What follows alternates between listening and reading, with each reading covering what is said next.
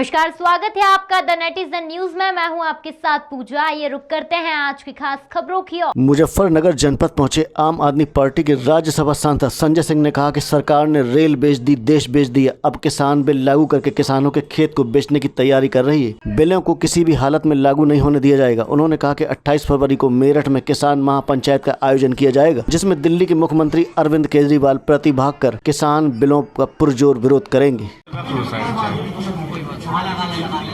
सभी पत्रकार बंधुओं को नमस्कार। 28 फरवरी को मेरठ की क्रांति भूमि पर दिल्ली के मुख्यमंत्री अरविंद केजरीवाल की किसान महापंचायत है, जिसमें आसपास के सभी जनपदों से भारी संख्या में किसान सम्मिलित होंगे और इसी की तैयारी बैठक अभी मैं सहारनपुर करके आया हूं। आज मुजफ्फरनगर में उसी की तैयारी बैठक है। ये तीनों काला कानून केंद्र सरकार को तुरंत वापस ले लेना चाहिए। इस काले कानून को वापस कराने के लिए 200 किसानों ने अब तक अपनी शहादत दी है।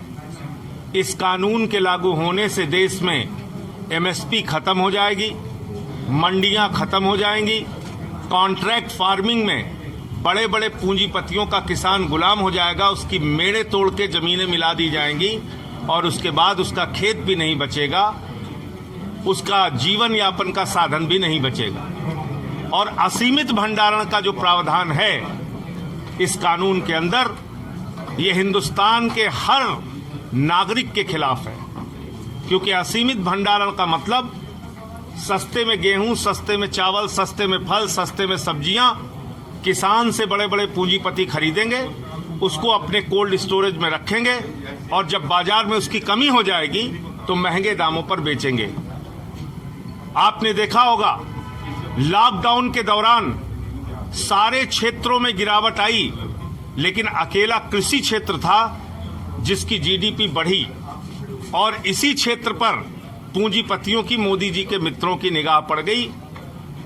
मोदी जी ने रेल बेचने की योजना बना दी।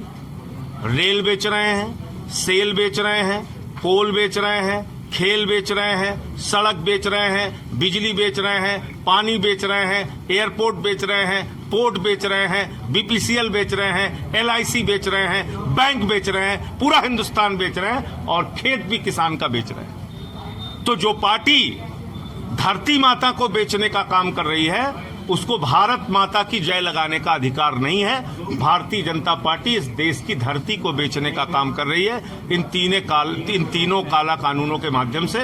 और इसलिए 28 फरवरी को भारी संख्या में किसान मेरठ की क्रांति भूमि पर पहुंचेंगे।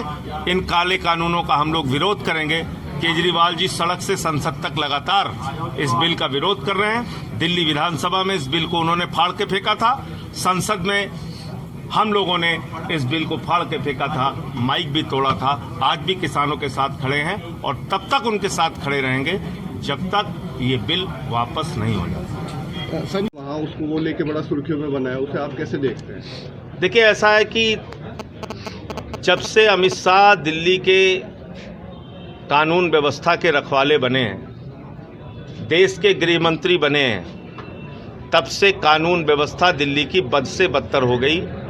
कभी दंगे हो रहे हैं, कभी नफरत फैलाई जा रही है, कभी वकीलों को बर्बरतापूर्वक पीटा जा रहा है, कभी छात्रों को बर्बरतापूर्वक पीटा जा रहा है। यानी दिल्ली को बर्बाद करने के लिए, दिल्ली की कानून व्यवस्था को चौपट करने के लिए अगर कोई शख्स जिम्मेदार है तो उसका नाम है अमित शाह। उससे अगर पुलिस नहीं संभल रही है, उसको छोड़ देना चाहिए।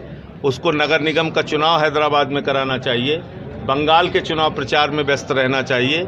दिल्ली की कानून व्यवस्था केजरीवाल जी को दे दीजिए। जैसे हर विभाग ठीक किया, ये भी ठीक कर दें। सर, सेंट्रल गवर्नमेंट के हाथ में आती है वहाँ की। उत्तर प्रदेश तो वेस्ट यूपी का जिला ही क्यों चुना गया और उसको तो बहुत ही। देखिए, ऐसा है कि मेरठ 1857 की क्रांति भूमि है। उत्तर प्रदेश के अगर आप पश्चिमी हिस्से की बात करें तो हिंदुस्तान के बड़े बड़े किसान नेता यहीं से पैदा हुए। चौधरी चरण सिंह जी, स्वर्गीय महेंद्र सिंह टिकैत जी, तमाम नेता। और आज की तारीख में भी मैं ये कहना चाहूँगा कि गाजीपुर बॉर्डर का जो आंदोलन था उसने पूरे देश को जगाया। राकेश टिकैत के आंसुओं ने पूरे देश को जगाने का, झकझोरने का और इस आंदोलन में कूदने के लिए प्रेरित करने का काम किया। कोई किसान नेता तो भी इसलिए इसमें बहुत सारे किसान नेता भी शामिल होंगे, बहुत सारे किसान संगठन के लोग भी शामिल कोई होंगे। बड़ा नाम? वो समय आने पे मैं बताऊंगा। ठीक है। फिलहाल अभी के लिए बस इतना ही। लगातार ताजा खबरों के लिए आप बने रहिए हमारे साथ। नमस्कार।